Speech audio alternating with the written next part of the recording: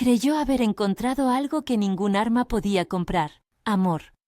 Hasta que el destino vino y lo arrasó todo. Entró en Red Hollow con la tarde pegada a los talones y la luna aún sin decidirse a salir. La gente lo miraba de reojo, no por miedo, o sí, en parte por miedo, sino por la certeza de que aquello que llegaba a lomos de su caballo era, en sí mismo, un acontecimiento. Cabalgaba erguido, el sombrero echado hacia atrás, lo mismo que una máscara. La fortuna le había puesto cara, y él la había llamado siempre por su apodo, el guapo Apache. Apodo, sensibilidad, revisar con experto. No había necesidad de presentaciones. Las miradas lo recorrían como quien repasa una imagen conocida. La mandíbula, la cicatriz fina que le cruzaba la ceja derecha, la manera despreocupada en que dejaba caer la mano sobre la silla del caballo. En los bares aún se contaban historias suyas: golpes dados, hombres sometidos, puertas abiertas solo con su palabra. No era el único forajido de la región, pero sí quien había aprendido a convertir el peligro en moneda corriente.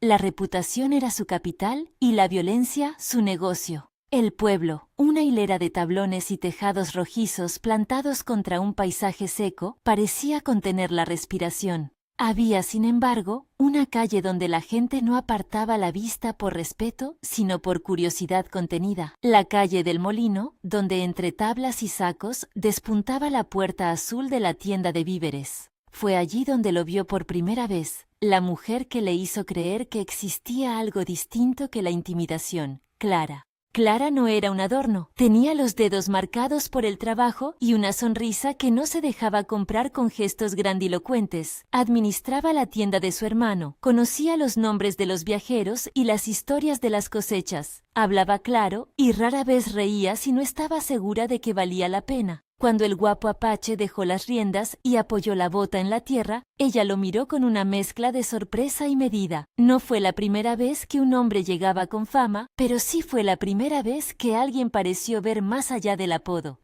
Las cosas pequeñas que dicen la verdad se acumulan rápido. La manera en que Clara le pidió que dejara la suciedad del caballo fuera del umbral, la vez que le ofreció un trapo para secarse el sudor y no pronunció su nombre como los demás lo pronunciaban, como si fuera un adjetivo. Hablaron de banalidades al principio, del polvo que trae el tren de carros, del precio del grano, de la lluvia prometida que nunca llega. Él la escuchó con la fuerza de quien no esperaba ser escuchado. Escuchó y notó que su corazón, esa pieza oxidada de urgencia y orgullo, cedía 1 milímetro. Allí, entre latas y sacos de harina, nació su fe, no una fe religiosa, sino una fe en la posibilidad de pertenecer. La novedad de pertenecer le sentó mal a la gente que lo conocía.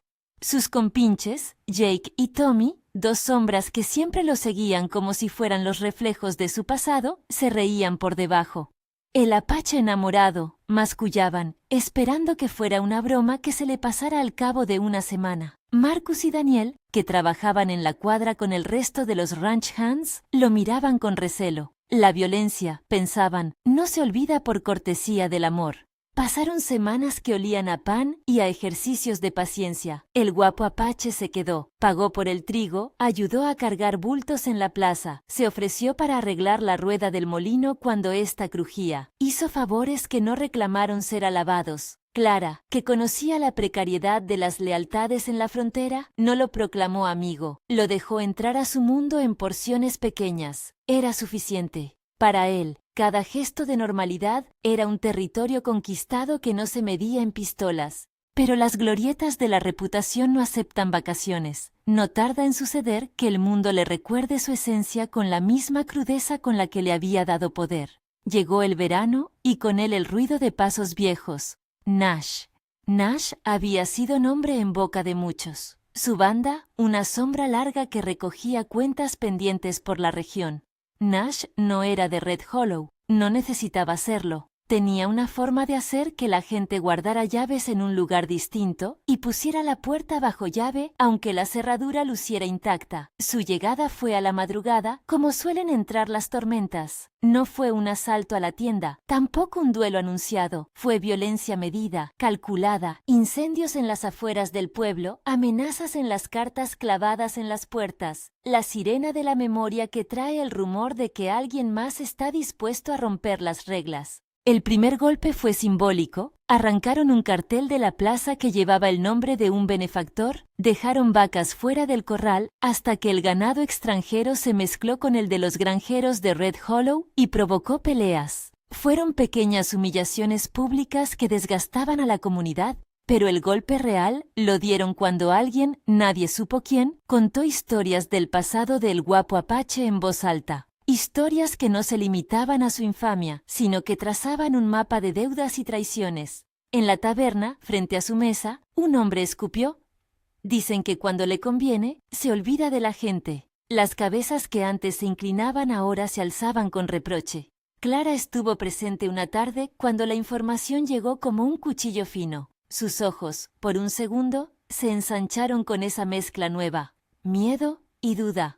La humillación se aceleró una tarde de mercado. Jake y Tommy, que hasta entonces habían sido sombras cómplices, se apartaron como si una corriente los empujara. Un mensajero apareció con un paño y una acusación. Un comerciante al que el guapo Apache había extorsionado años atrás había decidido hablar. No se trataba ya solo de rumores, sino de pruebas. Una casa incendiada, un cuerpo empujado a un río seco, tierras que cambiaron de manos. Los nombres empezaron a formarse en la boca de la gente. La plaza, esa que lo había aplaudido a distancia, lo miró con una mezcla de reconocimiento y asco.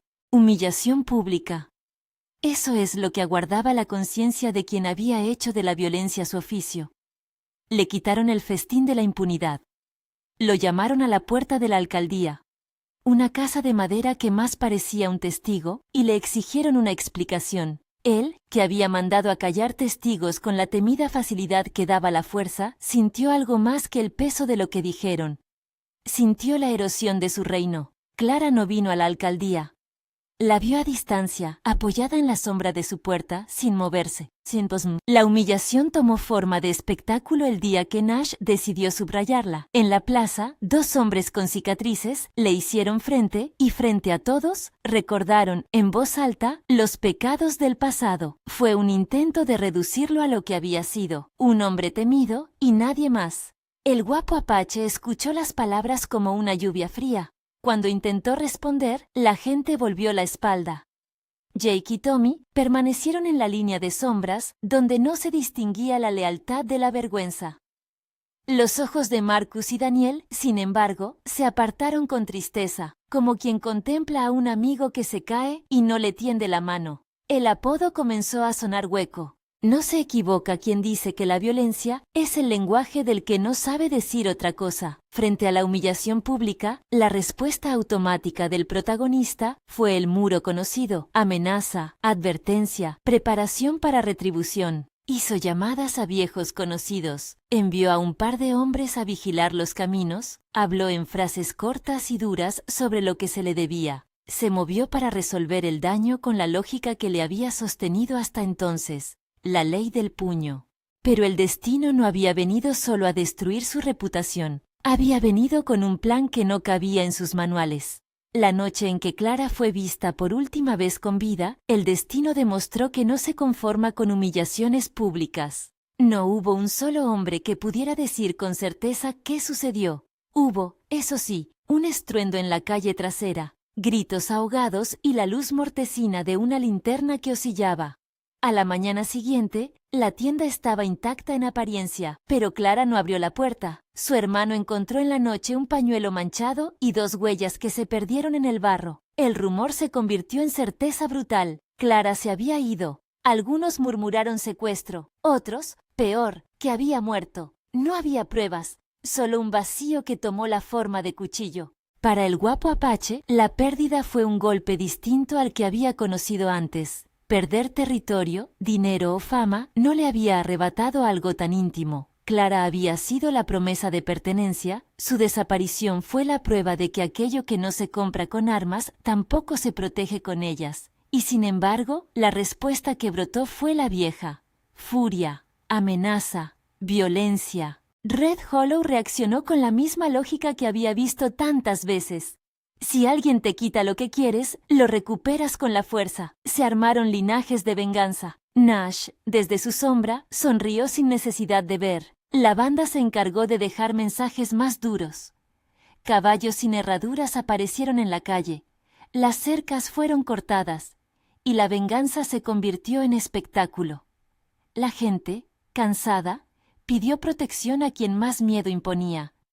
El guapo Apache se transformó en la autoridad extraoficial que prometía resolver las cuentas. Sus manos, que semanas atrás habían sostenido un trapo para secar el sudor de Clara, comenzaron a recordar la costumbre de apretar los puños. Fue en ese clima que apareció el viejo Corbin. Corbin era un hombre que ya había abandonado la casa de poder. Vivía en una cabaña de tablones al borde del pueblo, un taller con herramientas colgadas como trofeos silenciosos. Su pasado indicaba que, en otra vida, había sido hombre de acciones duras. Ahora, los clientes lo recordaban como el carpintero que repara patas de mesa y cajas, no cuerpos. Lo que más impresionaba en él no era la ausencia de violencia, sino la manera en que hablaba de ella, con un tono seco, sin moralina, como si describiera la forma en que se lava un cuchillo. El primer encuentro entre el viejo Corbin y el guapo Apache fue un encuentro casual que tenía la misma gravedad que un pacto. Corbin lo descubrió una mañana en su taller, recogiendo las herramientas, y no preguntó por qué su visita tardía ni por la ausencia de Clara. Se limitó a ofrecerle un vaso de agua y a observarlo con los ojos gastados de quien ha visto a muchos hombres llegar y marcharse. No hubo sermón, hubo una apostilla. Si vas a ir a romper la espalda de alguien para calmarte, procura que valga la pena. Las palabras podían sonar a advertencia, pero fue lo que vino después lo que marcó el camino. Corbin no habló de moralidad, sino de pruebas. Propuso, sin drama, que si el guapo Apache quería vencer a sus enemigos y, sobre todo, encontrar un residuo de paz, debía aceptar una condición: el duelo. No un duelo a muerte en el que la gente aplaude ensangrentada, sino una forma de confrontación que desnudara la verdad que estaba cubriendo con violencia. No por justicia poética, sino para que la comunidad viera que el hombre que aspiraba a protegerla había renunciado a su vieja lógica. «Te desafío a que te definas», le dijo Corbin, y la frase quedó flotando entre serrín y polvo. La idea molestó al protagonista. ¿A quién le gustaba que le pusieran en evidencia? ¿Qué clase de viejo creía tener derecho a juzgar? Sin embargo, en esa oferta había una invitación peligrosa: la posibilidad de limpiar su nombre sin disparar un tiro. Corbin conocía el lenguaje del trabajo. Propuso además otro camino paralelo: disciplina, trabajo diario, manos ocupadas, hora tras hora de labores que no permiten a la rabia anidar. Y práctica con el bastón, no para matar, sino para controlar el cuerpo y la ira. Si no puedes dominar el impulso, dijo el viejo, no mereces lo que la gente espere de ti. La propuesta enfureció tanto como intrigó. El guapo Apache no era un hombre de compromisos dulces. No obstante, había en la oferta un extraño espejo que le devolvía su imagen y la dejaba frágil. Ante la probable muerte de Clara, o su desaparición, la propuesta de Corbin podía tomarse como un insulto o como una salvación. Sus compinches lo presionaban por el insulto: no te sometas a juegos de viejos. Pero la plaza había mostrado su traición. Los amigos no eran de fiar. Corbin le ofrecía otra cosa: una posible forma de ser reconocido sin tener que manchar el pueblo con su sangre. Era un camino incierto y por eso tentador. Mientras el plan del viejo se discutía en los bares, Nash apretaba las clavijas. La banda puso una pieza muy visible en la mesa. Un hombre cercano a el guapo Apache fue encontrado herido a la orilla del río, con la piel raspada y un mensaje clavado en la madera de su chaqueta. «No te metas», decía la advertencia. El mensaje no era contra él solamente, era contra todo el pueblo que lo rodeaba. La comunidad se debate entre recordar su deuda con el protagonista y temer su poder. Y en ese tejido de miedo y gratitud, la figura del viejo Corbin parecía una anomalía, un hombre que pedía que la rabia se transformara en labor y que las manos, en vez de matar, construyeran. La tensión creció cuando el alcalde, una figura sin demasiado brillo pero con la responsabilidad del orden, convocó a una asamblea. La plaza se llenó de voces, vecinos que pedían protección, acusadores que pedían justicia y algunos que desde el rincón miraban a el guapo Apache con una mezcla de esperanza y reproche. Allí, en ese consejo improvisado, el viejo Corbin tomó la palabra no como quien impone castigos, sino como quien propone un contrato con la comunidad. Permítanle demostrar que puede ser otra cosa, dijo. No con palabras, con trabajo y con una prueba. Si falla, que la justicia proceda. La propuesta no fue unánime. Algunos, heridos por el pasado, no deseaban pruebas ni treguas. Otros, cansados del ciclo eterno de agresiones, vieron en ello una posible salida. El guapo Apache, en pie frente a la plaza, sintió una ola de culpabilidad y miedo. Clara no estaba para juzgarlo. Su ausencia era el espejo que más dolía. La plaza, sin embargo, podría ser el juicio. Fue entonces cuando, en medio de ese caldo, Nash intentó el golpe final, un ultimátum directo, una provocación calculada. Envió a uno de los suyos a la plaza para que dijera algo que no dejaron pasar. Si no limpias tu nombre, limpiao a tiros. Fue una amenaza doble, contra él y contra cualquier cordura que quedara en Red Hollow. Ante eso, la respuesta natural del guapo Apache fue ponerse el viejo chaleco de la violencia, pero la mirada de Clara, ausente en ese momento, regresó como fantasma en su mente, la forma en que él había dejado que la violencia barriese la posibilidad de pertenecer. Había un momento, casi literal, en que su mano buscó la pistola y no la encontró. Estaba ahí, dentro de su cintura, un movimiento aprendido por años, la tentación de resolverlo con un tiro, pero su pulso titubeó. Corbin, a su lado, no dijo nada, solo lo miró, y esa mirada tuvo el peso de una promesa. Si te azardas a elegir la vieja vía, esa misma vía te desgastará hasta el silencio, y si escoges el otro camino, no será fácil. No te prometo paz, murmuró Corbin, solo te doy sudor. Antes de que el pueblo decidiera, antes de que la violencia se consumara, ocurrió algo que nadie en Red Hollow había calculado. Una noche, los gritos de una granja a las afueras despertaron a media comarca. Fuego, el granero de los Hicks, una familia que siempre había apoyado a la comunidad, ardía con una furia que devoraba años de trabajo. Los hombres corrieron con cubos, el viento llevó brasas como pequeñas ofrendas. La humillación que la gente había infligido a el guapo Apache, el dolor que había sentido por Clara y las amenazas de Nash se mezclaron en un solo incendio que parecía tener un nombre oculto: destino. En la madrugada, mientras las llamas se apagaban y los vecinos contaban pérdidas entre sollozos y consternación, hallaron una marca sobre la puerta del granero, un signo dejado con carbón. Una A bárbara, garabateada con desprecio. El mensaje no pretendía ser un enigma. Alguien quería que el pueblo supiera que todo lo que había pasado era calculado, que la violencia retornaría si nadie hacía nada. Para el guapo Apache, la marca fue la confirmación de que su mundo, ese pequeño territorio que con esfuerzo había empezado a limpiar con la compañía de Clara, ya no le pertenecía. Los rumores sobre lo que había causado la explosión se arremolinaron. Negligencia, venganza, incendio intencionado. A la mañana siguiente, en los ojos de la gente, ya no había espacio para dudas. Acusaron, sin más pruebas que el temor, a quienes consideraban más aptos para pagar la cuenta. La atmósfera era de crucifixión social. Aquel que trae miedo debe ser señalado. La prensa de la comarca no tardó en rotularlo en comentarios a medias. El famoso forajido que ahora no puede proteger ni su nombre. Ese fue el punto en el que la furia volvió a cobrar el centro. El guapo Apache sintió que le arrancaban la última costura de pertenencia. En su interior, el puño viejo se cerró. Juntó a Jake y Tommy. Les habló de músculos y tareas que solían resolver lo que las palabras no podían. Planeó venganza, una caza de los culpables, un ajuste de cuentas que devolvería la seguridad a su nombre. La sangre caliente de la vieja lógica le susurraba que así se ganan los reinos de los hombres.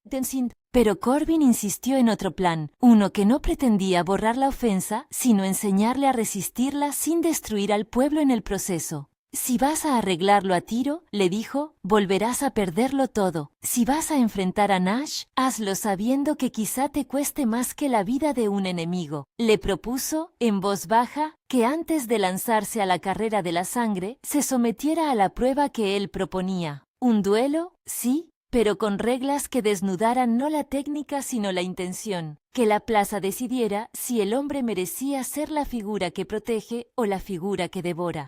La respuesta no fue inmediata. Las noches que siguieron se llenaron de preparativos y de silencios que pesaban. El guapo apache no dormía bien. Se veía en la memoria de Clara, en el brillo de sus ojos cuando le ofrecía un trapo. Veía también a los hombres que había hecho daño, a los que había dejado a la deriva para proteger su expansión. En esos sueños, la violencia no justificaba el daño.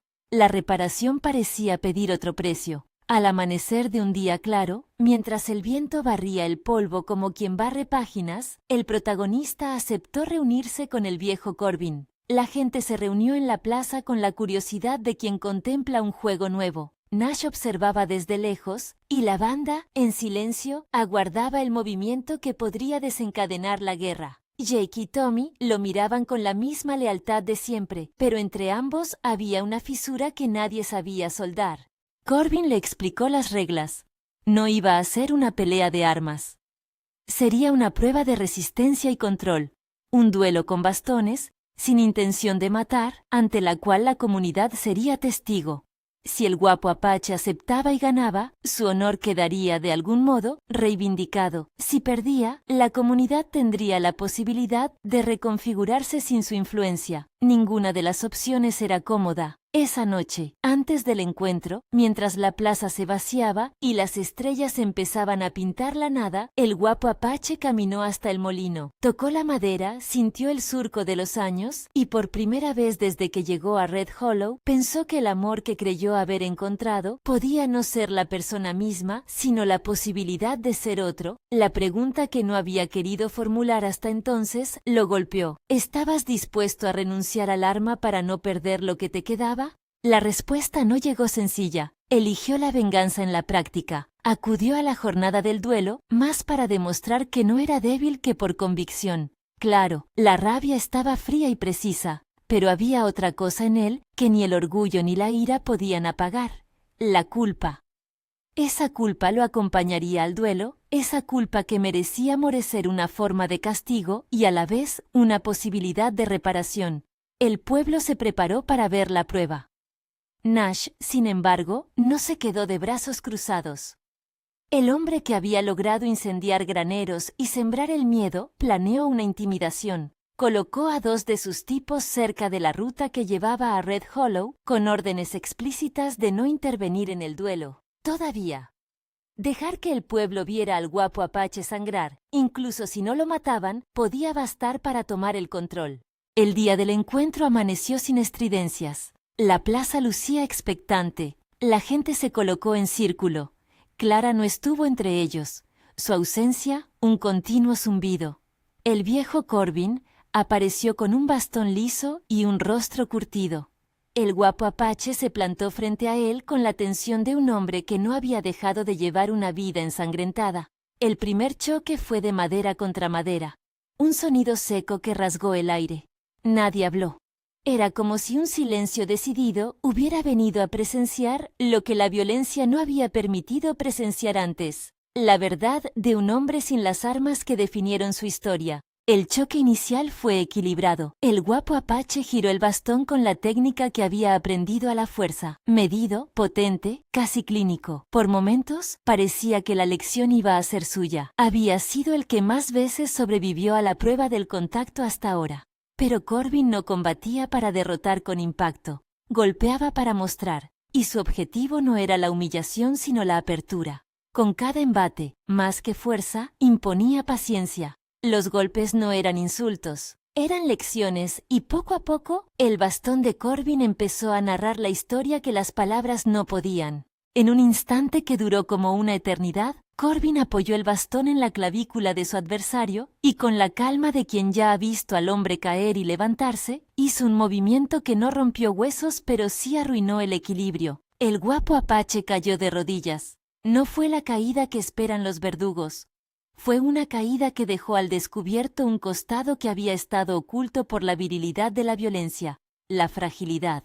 La plaza se quedó sin murmullo. La gente había venido a ver cómo un hombre se defendía, no a presenciar cómo se desmantelaba su propia máscara. Y sin embargo, allí estaba, el icono desnudo, la reputación herida. Los que antes lo habían mirado con miedo, ahora lo miraban como quien ve la ruina de un amigo. Jake y Tommy intercambiaron miradas, y Marcus apretó la mandíbula. Cuando la prueba terminó, Corbin no celebró. Ayudó a el guapo Apache a incorporarse y con una voz que parecía salirse de la madera, le dijo, no se trata de no caer, se trata de no querer que tu caída sea siempre la que arrastre a los demás. La humillación pública no había sido impuesta por la banda de Nash ni por los hombres de la plaza. Se había producido por la propia aceptación de ser despojado. Había sido una exposición de lo que quedaba cuando se quitaba el arma, vacío. Pero también había sido un paso en la dirección contraria a la violencia que lo definió. Aún así, la humillación dejó marca. Las manos que antes habían sostenido un trapo para Clara, ahora sostenían la vergüenza de haber sido vencido. El orgullo, herido, resopló como un animal refugiado. Algunos vecinos se acercaron, no para criticar, sino con la ambigua caridad de quien quiere ayudar sin mirar el pasado. Otros murmuraron su descontento. Esa noche, mientras la gente se dispersaba y los gritos de la banda de Nash se escuchaban a lo lejos, el guapo Apache volvió a su caballo. Se quedó mirándolo como si buscara en los ojos del animal la certeza de que todavía podía cambiar su historia. Corbin lo siguió a cierta distancia y antes de irse, le dijo algo que pesaría en lo que quedaba por venir. Si vas a hacer la guerra, recuerda que la guerra no te devolverá lo que ya has perdido. Si vas a buscar justicia, hazlo para que otros no la pierdan por ti. La palabra destino empezó a sonar con más fuerza en su cabeza, no como una excusa mística, sino como la sucesión de hechos que se encadenan por malas decisiones y por la tenacidad de hombres como Nash. Su mundo estaba, sin duda, resquebrajándose. Había prometido proteger lo que le importaba. La prueba lo había puesto en evidencia. Su poder era limitado, y la violencia que conocía no bastaría para detener la voracidad del destino. A la madrugada siguiente, mientras el pueblo dormía con un ojo abierto, llegaron noticias nuevas. Un mercader que había pasado al lado de la ruta dijo haber visto a un grupo de hombres que podían ser de la banda de Nash acampando cerca del viejo puente. Y no estaban allí por casualidad. Había órdenes de alguien que no quería que la plaza se recuperara. El guapo Apache sintió que el reloj que había quedado en su pecho, un reloj marcado por la rabia y la necesidad de dominio, volvió a latir con rumbo fijo. Podía tomar la ruta antigua, empuñar su pistola y lanzarse a un ajuste que devolvería tal vez la sensación de control. O podía aceptar la ruta nueva, la de Corbin, donde el trabajo y la disciplina podrían abrir otro camino, aunque más lento. No era solo una elección estratégica, era, ahora sin eufemismos, una elección moral. Las decisiones se vuelven más pesadas cuando alguien a quien amas está ausente. Clara no iba a volver a medir sus pasos. Su ausencia no se llenaría con balas. Esa certeza clavó en su pecho algo que no fue ira ni remordimiento sencillo, sino una mezcla peligrosa, la voluntad de hacer algo definitivo. Poco antes de que el sol terminara de subir, le envió un mensaje a Nash a través de un mensajero, un ultimátum en 2 palabras: devuélvela. La respuesta fue un silencio largo y frío que llegó con un cobrador. 2 hombres del pueblo, capturados al anochecer, encontrados con la ropa rota, y en la frente de uno de ellos, la misma A garabateada en carbón. Nash no solo había puesto la marca, también había mostrado su capacidad de lastimar. La plaza se llenó de preguntas que nadie supo responder. Corbin volvió a aparecer, esta vez con una propuesta más dura. Si el guapo Apache quería enfrentar a la banda, lo haría no con la mentalidad de la venganza personal, sino con la de proteger a la comunidad. Entrenamiento físico, vigilancia organizada, trabajo en equipo. El viejo no pretendía apagar la sed de revancha, solo convertirla en algo útil para la supervivencia de todos. Protege al pueblo, dijo, pero hazlo con algo que no sea tu furia. Enséñales a ellos también a defenderse. En ese instante, justo cuando el protagonista equilibra su ira con la nueva disciplina, se produjo el momento en que cualquier vida de frontera tiembla. Uno de los compinches, Tommy, tras una noche de bebida, decidió que la ley del revanchismo era la más honesta y salió en busca de Nash. Lo encontraron al amanecer, herido y con la cara destrozada. Contó lo que pudo. Nash había organizado una trampa para provocar a el guapo Apache. «Quieren verte caer», dijo entre dientes. La noticia corrió como pólvora por la plaza. La prueba de Corbin, la pérdida de Clara, la marca en el granero, la humillación pública. Todo formaba ahora una red que apretaba el cuello del protagonista. Su mundo se deshacía en piezas y el tiempo para elegir se acortaba. Frente a él, como un espejo partido, brillaban dos futuros, uno de tiros y sangre, otro de esfuerzo y construcción. Ninguno prometía regresar lo perdido. Justo cuando la tensión alcanzó su punto de ebullición, el guapo Apache tomó una decisión que cerró la noche como si fuera una puerta con llave. Se acercó al viejo Corbin y con la voz que apenas ocultaba su deriva, dijo: «Prepárame». No dejó claro qué buscaba exactamente, venganza o redención. Solo dijo la palabra que abriría el telón de la transformación: «Prepárame». La plaza, que durante semanas había asistido a su caída y a su tutoría, guardó silencio. A lo lejos, la banda de Nash sonreía porque entendía que cualquier movimiento del protagonista podía ser aprovechado. Nadie, sin embargo, podía decir si aquel «prepárame» era el último paso hacia la destrucción o el primero hacia una reconstrucción.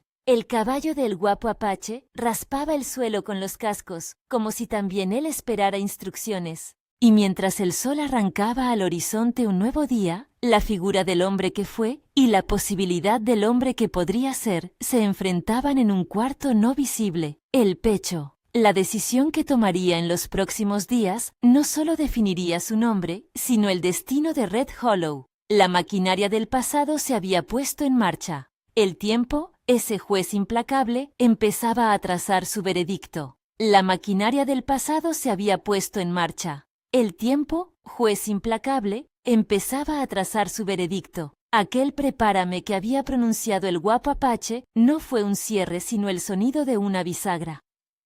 Corbin entendió que la verdadera prueba vendría cuando la rabia quisiera volver a vestirle de uniforme. Así comenzaron las semanas que iban a decidir no solo el nombre de un hombre, sino la posibilidad de que Red Hollow aprendiera a respirar sin el filo de una pistola como último recurso. La primera norma fue simple y devastadora para quien había vivido de la inmediatez del golpe. Trabajo temprano, trabajo hasta que la noche obligara a detenerse, repetición hasta la fatiga. Corbin enseñó con la paciencia seca de quien sabe que los hombres cambian si su cuerpo les da tiempo para pensar diferente. Lo puso a levantar postes, a reparar cercas arrancadas, a arar líneas de tierra que antes había usado solo para esconder malversaciones.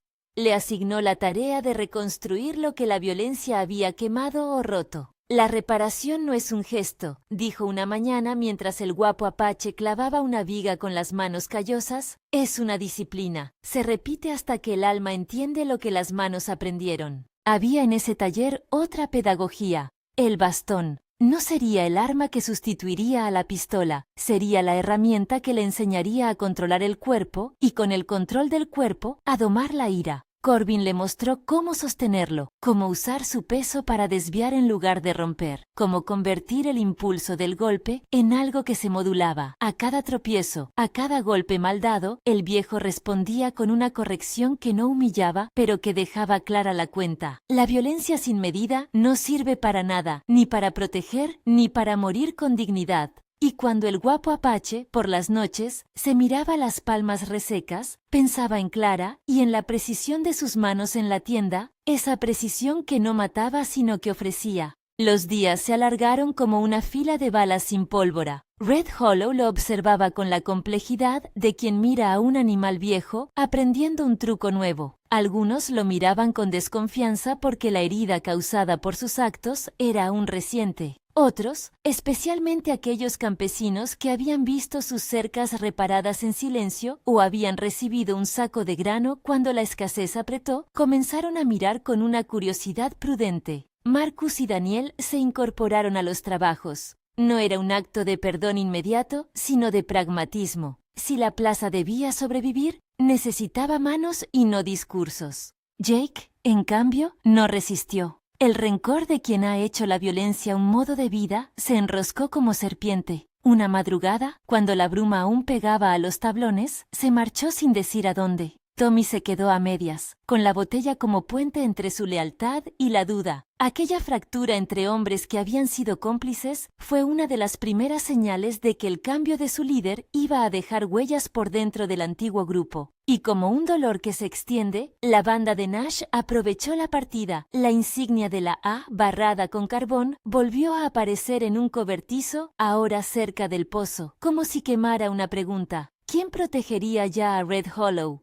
En la plaza, la rutina de la humillación no desapareció de golpe. Hubo noches en que la gente escupía palabras heridas al paso del hombre que había sido la calamidad. Hubo también pequeñas escenas de arrepentimiento, una anciana que compartió un plato caliente, un chico que pidió aprender a usar el bastón para defender la caballería si hacía falta.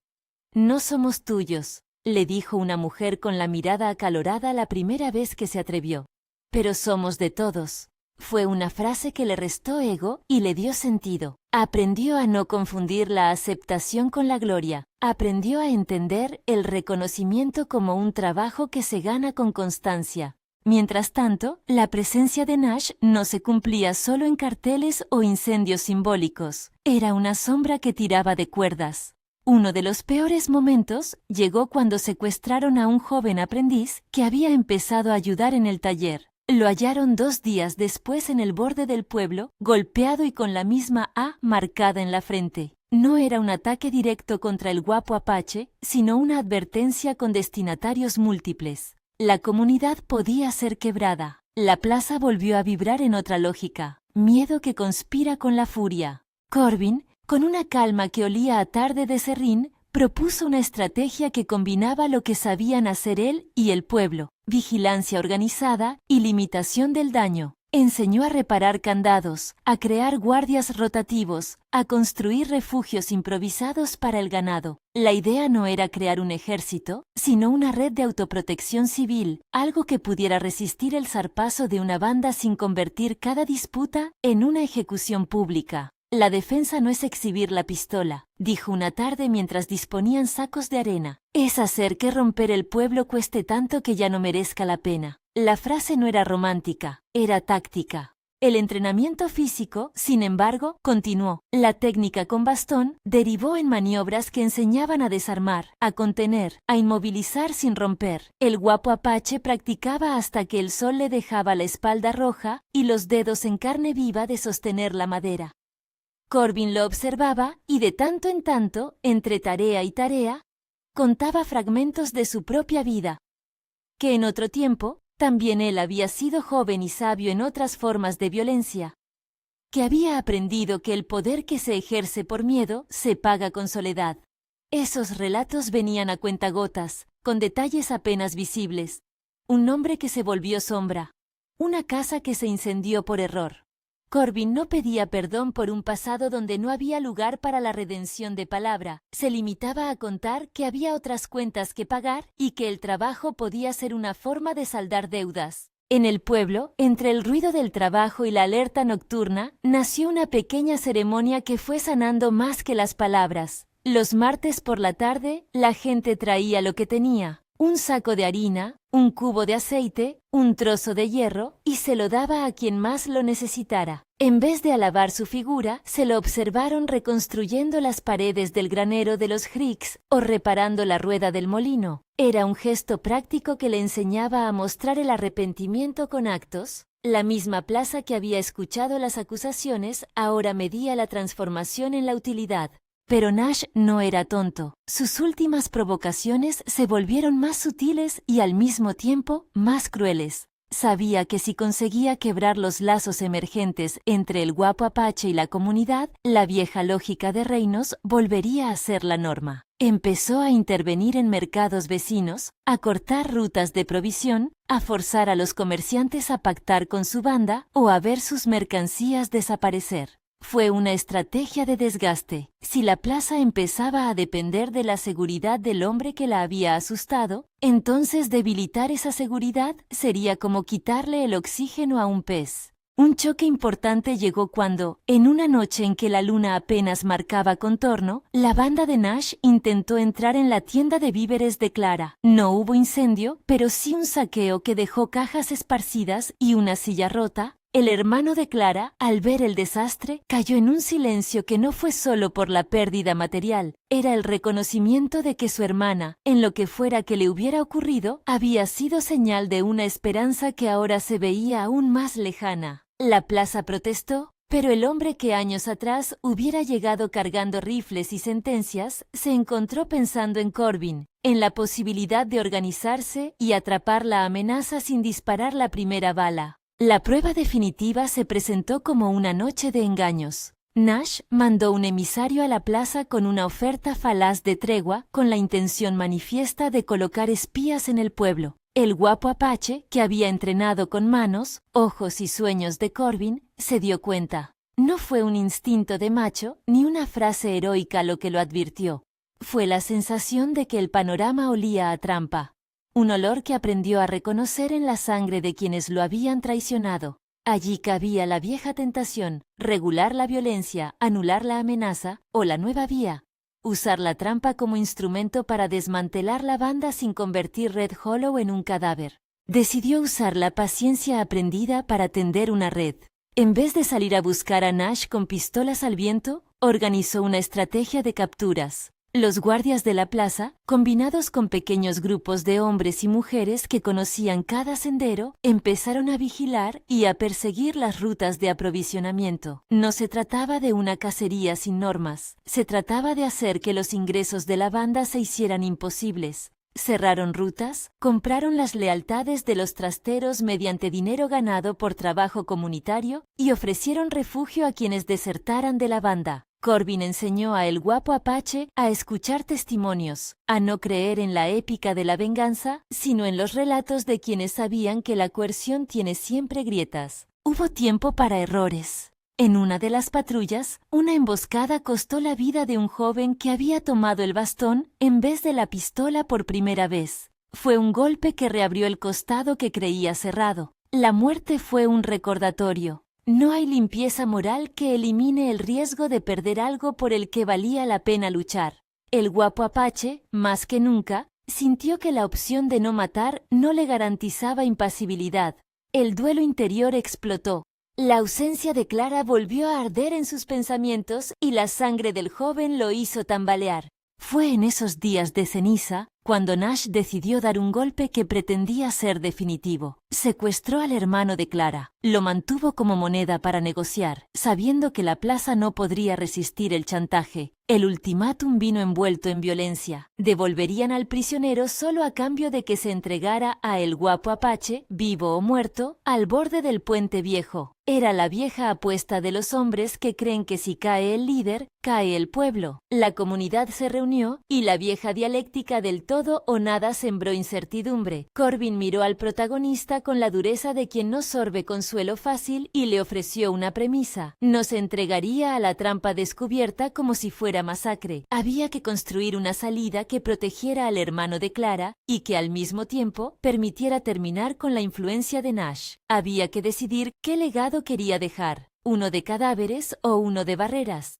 El guapo apache tomó la palabra con la voz quebrada de quien ha cargado demasiadas noches en la conciencia. No voy a entregarme, dijo, pero tampoco voy a entregar al hermano de Clara a su muerte. Fue la primera vez que nombró con nitidez lo que había aprendido. Su dignidad ahora se medía por lo que salvaba, no por lo que castigaba. Prepararon un plan que combinaba señuelos, una escolta de vecinos y un teatro de distracciones. Sería una operación donde la mayor arma sería la organización y la menor, la violencia. El enfrentamiento junto al puente viejo fue menos cinematográfico de lo que la leyenda hubiera querido. No hubo intercambio de disparos glorioso. Hubo tensiones nerviosas, una cuerda que se tensó, una maniobra de distracción que logró soltar al hermano de Clara, mientras un grupo reducido interceptaba al emisario. Nash, que esperaba espectáculo y sangre, vio cómo su plan fracasaba por la simple coherencia de una comunidad que ya no se dejaba manipular por la intimidación. Capturaron a 2 hombres de su banda, no fueron ajusticiados. Fueron encerrados en el granero de los Hicks hasta que la justicia local pudiera decidir su suerte. La plaza, sacudida, empezó a murmurar otra frase: no ha sido solo él. La reacción de Nash fue de furia contenida, sujeta a la nueva lógica de una banda que no tenía ya la facilidad de imponer su ley. Optó por lo que mejor sabía hacer: presionar económicamente. Cerró rutas, cortó suministro de sal y herramientas a los poblados vecinos que colaboraban e intentó asfixiar lentamente al pueblo. Durante semanas, la tensión fue la compañía más frecuente. La economía local, sin embargo, encontró maneras de reciclar la escasez: trueque, solidaridad, manos que trabajaban sin esperar oscurecer la pistola para que la cuenta saliera al final. El guapo Apache ya no era el hombre del principio. Había dejado caer, en momentos de silencio, confesiones. Le habló a Corbin de noches donde había creído ser Dios y de otros donde su medida había sido la vergüenza. Corbin le devolvía cosas a medias. No puedes borrar lo que hiciste, decía, pero puedes escribir lo que vendrá después. Y ese escribir consistió en sembrar costumbres. Una patrulla de vecinas que saben de rutas. La escuela improvisada donde el carpintero enseñaba a niñas y niños a cerrar tablas. Un banco comunitario de semillas. Un pequeño tribunal para dirimir cuestiones sin sangre. Fueron actos modestos, materiales, pero con una contundencia moral que la bala no puede comprar. Años después del incendio, cuando la plaza había recobrado ritmo, llegó la noticia que nadie esperaba. Nash había sido apresado en un poblado al norte, traicionado por uno de los suyos que se había cansado de su crueldad. No fue la mano de El Guapo Apache la que apretó el gatillo, fue la suma de decisiones locales. Cuando el emisario del alguacil trajo el rumor, el pueblo dividió sentimientos. Algunos aclamaron, otros dudaron. El Guapo Apache sintió que la vieja tentación de justicia propia volvía a rozarle las costillas, pero había aprendido a medir la diferencia entre la justicia que apaga y la que reparte. Cuando al final Nash fue llevado encadenado por la ruta, la gente observó, no para ver un ajuste de cuentas, sino para ver si la comunidad había cambiado. Lo que vieron fue menos cinematográfico. Nash con la mirada dura, pero sin la capacidad de imponer su voluntad. El pueblo no gritó. Hubo estruendo, sí, de alivio contenido. La resolución política de Nash no fue un acto de clemencia sobrehumana, fue un trámite. Juicio, testimonios, reparaciones forzadas. No se convirtió en leyenda. Para el Guapo Apache la derrota del enemigo no fue la victoria de su alma. Quedaba la cuenta de lo que había hecho, las lágrimas pedidas a bocajarro por quienes había dañado. Hizo cosas que el orgullo habría rechazado. Visitó las casas, habló sin evasivas, ofreció trabajo a quienes antes detestó, aceptó el reproche sin violencia. En algunos casos, las puertas se le cerraron, en otras, se abrieron poco a poco. La plaza aprendió a mirar la utilidad del arrepentimiento. El hermano de Clara volvió al pueblo unos meses después, con la quietud de quien ha visto la posibilidad de morir. En su rostro había la huella de la pérdida, pero también la marca de que había sido salvado. Nunca dijo si su hermana habría regresado. Nadie supo con certeza qué le había ocurrido a Clara. Algunos afirmaron haber visto rastros, otros sostuvieron que la señora se había marchado por miedo. Para el Guapo Apache, la ausencia de certeza fue quizá la peor condena. No hubo funeral que cerrar, solo el agujero de una pregunta que no contestaba la pistola. Con el tiempo, el Guapo Apache transformó su pena en rutina de servicio, no porque la culpa sea redentora per se, sino porque trabajó para que su nombre significara algo distinto. Un guardián que había aprendido a no confundir la autoridad con el terror. Construyó, junto a Corbin y otros, un pequeño taller que reparaba no solo muebles, sino vidas discretas, escrutaban peticiones, pagaban en horas de trabajo, ofrecían oportunidades a quienes buscaban otra cosa que la violencia. Marcus y Daniel acabaron siendo sus más fieles colaboradores. Jake, años después, envió noticias desde un pueblo lejano donde decía haber aprendido a ser granjero. Tommy no tuvo tanta suerte. El alcohol le ganó, y lo encontraron una madrugada, ya sin red. El viejo Corbin envejeció con la calma de quien había atado muchas piezas a su vida. Al final, en una mañana donde el sol parecía menos proclive al juicio, Corbin murió sentado en su banco frente al taller, con la caja de herramientas a su lado. No hubo grandes oraciones. La vida que había enseñado fue su epitafio. El guapo Apache, que había pasado de ser cliente de la pistola a aprendiz del sudor, enterró al viejo con una pena que no se resolvía con un apodo. Pronunció, frente a la madera y las astillas, que su deuda no se pagaba con palabras, sino con lo que hiciera por los demás. Fue la promesa más humilde que pudo ofrecer. La plaza cambió con los años. No se volvió melosa ni excluyente. Siguió habiendo disputa y tensión. No toda herida se cura. Pero los niños jugaban con menos miedo, y las mujeres curaban sus heridas con remedios que no incluían una pistola como última palabra. Las historias sobre el guapo Apache se transformaron. De relatos sobre un hombre que llegaba a imponer su ley, se volvieron cuentos con matices. Se contaban noches donde él había preferido entregar al enemigo a la ley y otras donde había pagado él con trabajo lo que antes pudo robar. En los cafés, algunos todavía decían, como una tabla de juicio, que había sido un milagro. La mayoría, sin embargo, prefería decir que era el resultado de días repetidos. El taller que había fundado se convirtió en un sitio donde enseñar oficios y disciplina. Niñas y niños aprendían a cortar tablas, a coser piel, a hacer candados. Había un rincón donde se practicaba con bastones como quien practica danza. Contención, control, equilibrio. Las clases no eran para formar guerreros, sino para formar cuerpos que supieran dirigir la fuerza de otros modos. El guapo Apache enseñaba con la reserva aprendida. Hablaba menos de lo que había sido y más de lo que se podía ser. Cuando alguien le pedía una historia de su antigua vida, él miraba a la madera y decía: «No te voy a decir cómo fui. Te voy a mostrar cómo no lo seas». En algunas tardes, aún así, se paraba frente a la puerta de la vieja tienda de víveres y miraba al horizonte esperando una figura que ya no volvería. La ausencia de Clara se mantuvo como una herida que no curó del todo. Había noches en que se acercaba al paraje donde habían puesto la marca en el granero y colocaba una tabla nueva, barnizada, sin inscripción, como si con ese gesto quisiera decirle al destino que no podía tomar lo que ya había sido trabajado por las manos de otros. Era un ritual personal, sin testigos, que moldeaba su forma de estar en el mundo.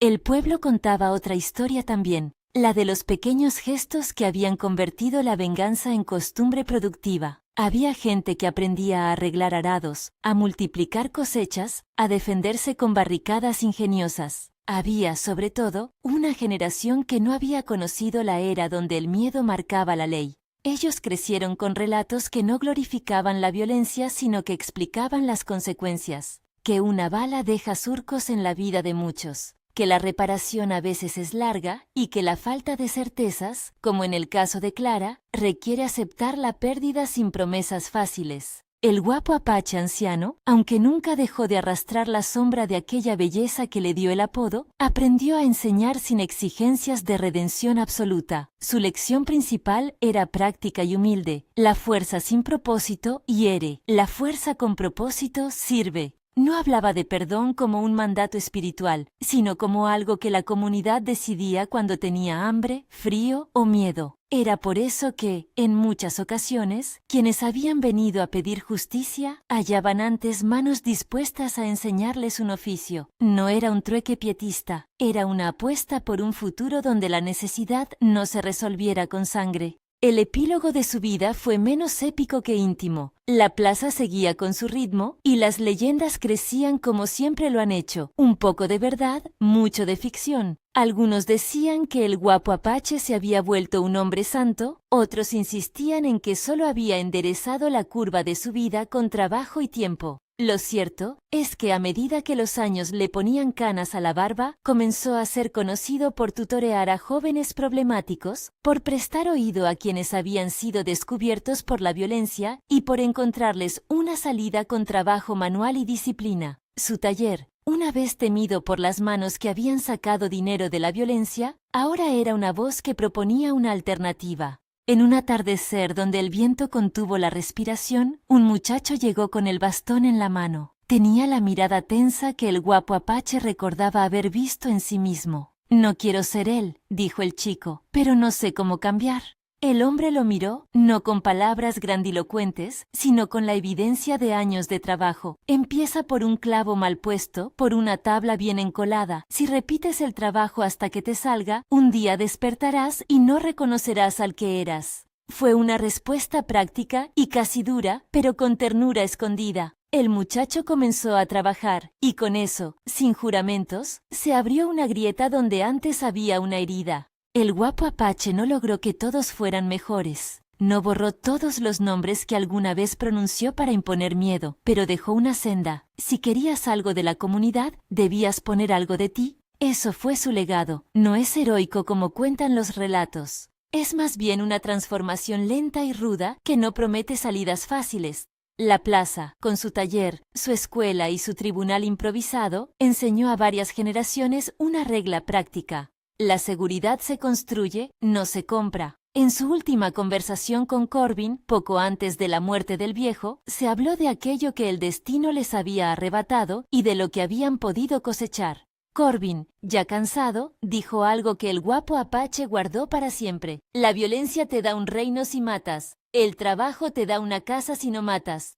Tú elegiste una casa. No era una sentencia moral elevada, era una constatación. Así cerró la historia de un hombre que creyó haber encontrado el amor y que vio su mundo destruido por el destino. No hubo milagros que devolvieran lo perdido, ni venganza extraordinaria. Hubo, en cambio, un trabajo lento, humillante a veces, y una decisión persistente. Convertir la fuerza en servicio. En Red Hollow, la leyenda cambió. Ya no se contaba la historia del forajido que imponía miedo, sino la del hombre que aprendió a pagar con su vida por el daño hecho, no con sangre, sino con sudor y tiempo. Clara quedó en la memoria del pueblo como un hombre que nunca consiguió cerrar del todo la herida, pero cuyo recuerdo sirvió de brújula para una transformación que, por dolorosa, fue real. Si te ha atrapado esta historia, cuéntanos desde qué ciudad nos lees. Y si quieres más relatos así, suscríbete y comparte.